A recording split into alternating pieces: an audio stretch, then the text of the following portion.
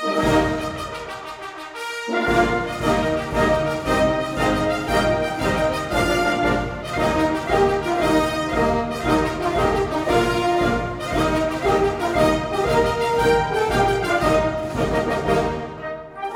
terugblik op de horecabeurs BBB en het begin van de druivenpluk in Limburg.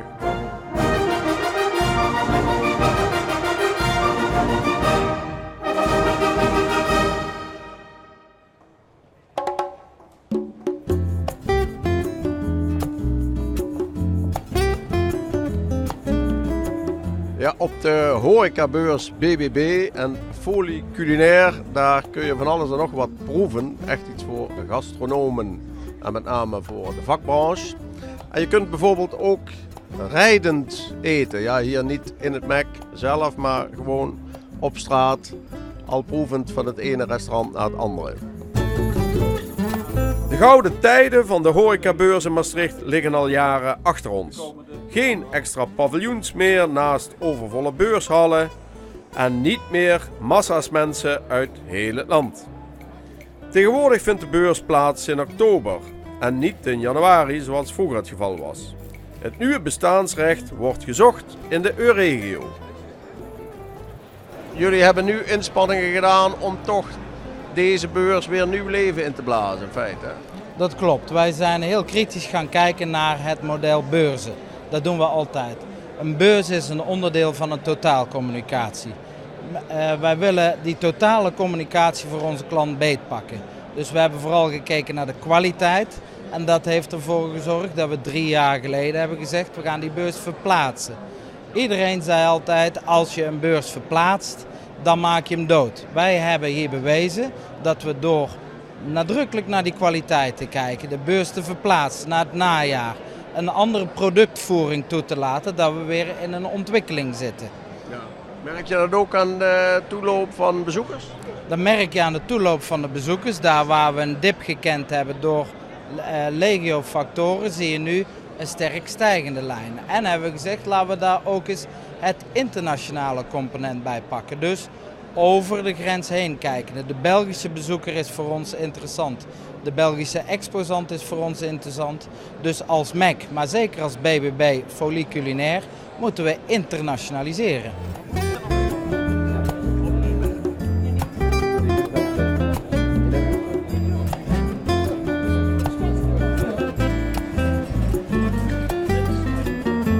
Hans, normaal komen die chefs hier om alleen wat dingen te demonstreren. Maar jij opent hier meteen een compleet restaurant. Ja, ze hebben helemaal aan mij gevraagd om inderdaad hier een pop-up restaurant te beginnen. Normaal zijn de voorlopers Amsterdam altijd, daar durven ze het altijd, hier durven ze het niet. Dus wij durven het wel. Want wat wordt hier dan geserveerd zoal? Ik heb voor smaakjes gekozen die een beetje uitdagend zijn, maar ook natuurlijk een beetje makkelijk zijn om hier te serveren. Want je wordt altijd bekritiseerd. En we hebben wat handhapjes gedaan, dus een soesje zeg maar gevuld met krab en krablever. We hebben kleine sandwiches van ververne en citroen. We hebben natuurlijk het brood van Eindhoven. We hebben onze hitme natuurlijk erbij. We hebben een mooie gestoomde ganslever om te lepelen. We hebben gestoofde kalfsnek met kleine wangetjes erbij. We hebben wat brownie met cheesecake, allemaal lekkere dingetjes. Je doet het ook als ondersteuning van de beurs aan zich en als steun voor Maastricht. Je weet ook zelf ook, Jo, een paar jaar geleden toen we hier onze tweede ster mochten ontvangen, dan is daarna ook gelijk de Michelin afgeschaft. En is deze beurs heel erg naar beneden gegaan. Dus ik weet niet, we moeten niet alleen Michelin nodig hebben hier om deze beurs te versterken. En ik denk dat Herman en ik wel met een heleboel leuke nieuwe kleine ondernemers en kleine mensen die leuke dingetjes neerzetten, weer het interessant maken om de mensen hierheen te halen.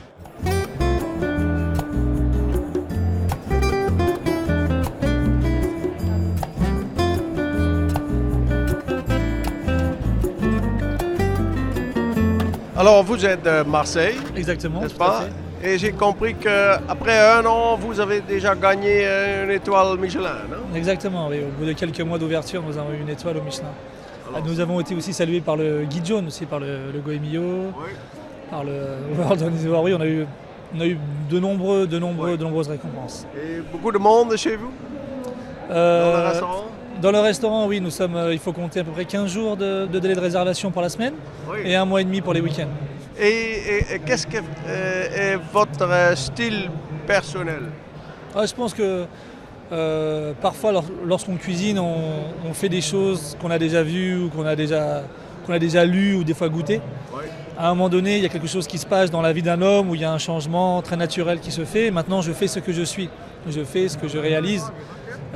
C'est une cuisine bien évidemment plus que locale parce que je passe aucune commande. C'est-à-dire que ce sont mes propres producteurs qui m'amènent la marchandise. Ce n'est pas moi qui choisis la marchandise. Donc ça, c'était déjà une approche différente. Ensuite, on a 22 couverts, donc on fait vraiment du sur-mesure. 22 couverts. 12 personnes pour 22 couverts. Okay. Voilà. Et vous travaillez beaucoup avec des légumes? Oui, mais non, bien sûr, parce que nous sommes sur un territoire quand même Marseille assez particulier, la Provence, énormément de légumes. Donc on a Les poissons aussi. Les poissons aussi, bien évidemment. Donc énormément végétal et marine, avec quelques touches, on va dire quelques touches animales, mais qui sont très rares.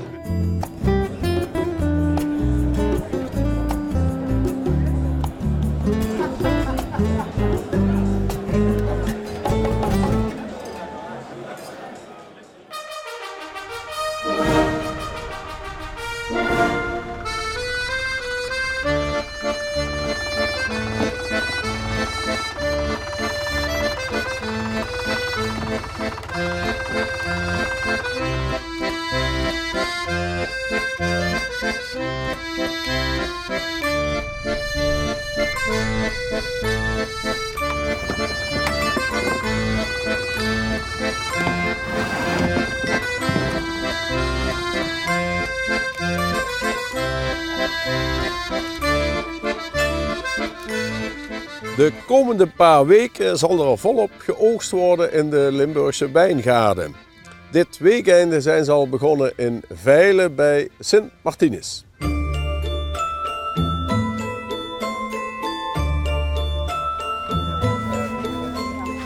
Hoe is het wijnjaar? Is dat niet lastig te zeggen? Ik vind dat altijd, ik zeg dat liefst altijd in november, december. Dan zit het in de tanks, dan zit het in de bariekvaten en dan kan ik daar eens goed over nadenken. Maar ik moet eigenlijk zeggen van, het is eigenlijk het is best een goed jaar geweest. Je moest wel weten wat je deed. We hebben wel minder opbrengst, we hebben gewoon meer weggeknipt. Omdat we zagen dat we gewoon niet de rijpheid haalden zeg maar, van afgelopen jaren. Te weinig zon in september? We hebben toch september even, dat is gewoon heel eerlijk. September was natuurlijk niet de meest geweldige september. Maar we hebben daar gewoon op geanticipeerd. We hebben gewoon begin september hebben we gewoon bijna 30% weggeknipt. En dat is dan maar zo. Ik wil graag goede kwaliteit maken en dan moet je daar keuzes voor maken. Terwijl de zomer weer heel warm was, had dat nog een effect? Ja, dus dat is ook goed geweest. Als we die niet hadden gehad, dan had ik nou niet zo lachend gestaan. Nee. Dus nu ben ik de kwaliteit dus gewoon goed. Daar mogen we echt niet over klagen. En daar kunnen we wat moois maken in de kelders van. Maar je hebt er wel voor moeten werken dit jaar. Dus niet dat het dit jaar vanzelf ging. Het was werken. Dus eerlijk gezegd wordt het waarschijnlijk niet een absoluut topjaar? Ik denk dat we wel in de top 5 zitten van de afgelopen 10 jaar. Dus wat dat betreft, ja, wat is top. Hè? Ja, ja.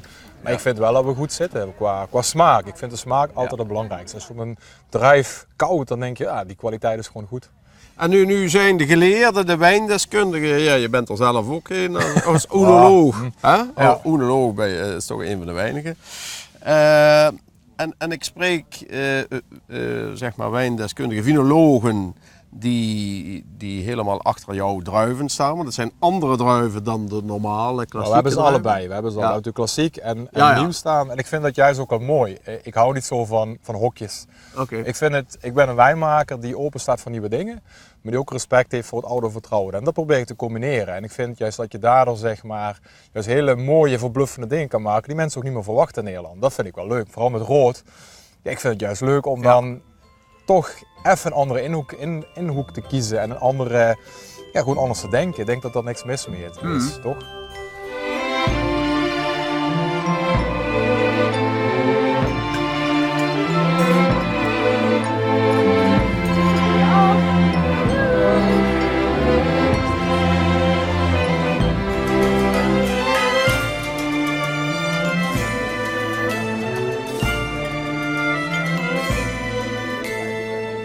Ik persoonlijk vind dat je moet kijken naar de wijn. En als je gewoon ziet waar wij staan, of het nou Château Sint-Gerlach is, of Gerardeshoeve is, of Château Holmoelen of Kasteel van Boek. Je hoort wat ik zeg, het zijn allemaal toch de goede bedrijven. En die proeven de wijn en die beoordelen de wijn op kwaliteit. En volgens mij is het belangrijkste wat de consument lekker vindt. En als je dan kijkt naar de wijn zelf, als je ziet hoeveel medailles we winnen internationaal.